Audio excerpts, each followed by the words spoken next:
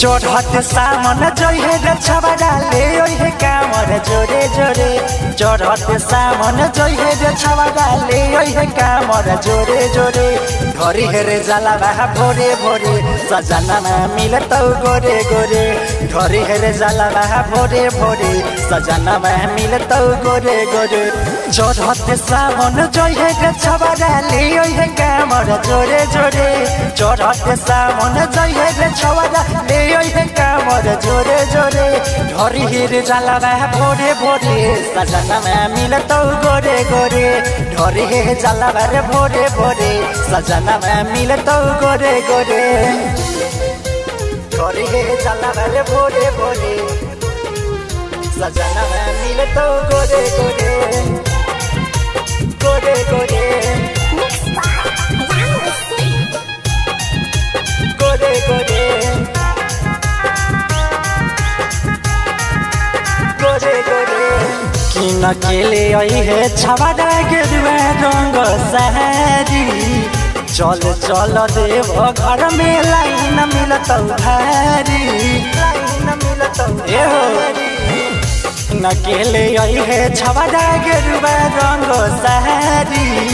चल चल देव घर में लाइन मिलतौ भारी सुल्तान गज सजलवा भरली है रे छौरी थोरे थोरे सुल्तान गज सजलवा भरली है रे छौरी थोरे थोरे धरी हेरे जलवा भोरे भोरी सजना मिलतौ गोरे गोरे धरी हे जलवा भोरे भोरे सजना मिलतौ गोरे गोरे धरी हे जलवा भोरे भोरे सजना मिलतौ गोरे गोरे गोरे गोरे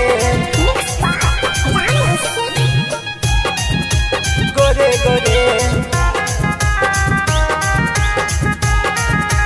गोरे गोरे कामर पली खाले करन जिला मोतिहारी जल ढार जइतौ आसबी बिहारी कामर पली खाले करन जिला मोतिहारी जल ढार जइतौ आसरी बिहारी गाँव के डीजे परिति के गाना बाजे जइतौ जोरे जोरे गाँव के डीजे परिति के गाना बाजे जइतौ जोरे जोरे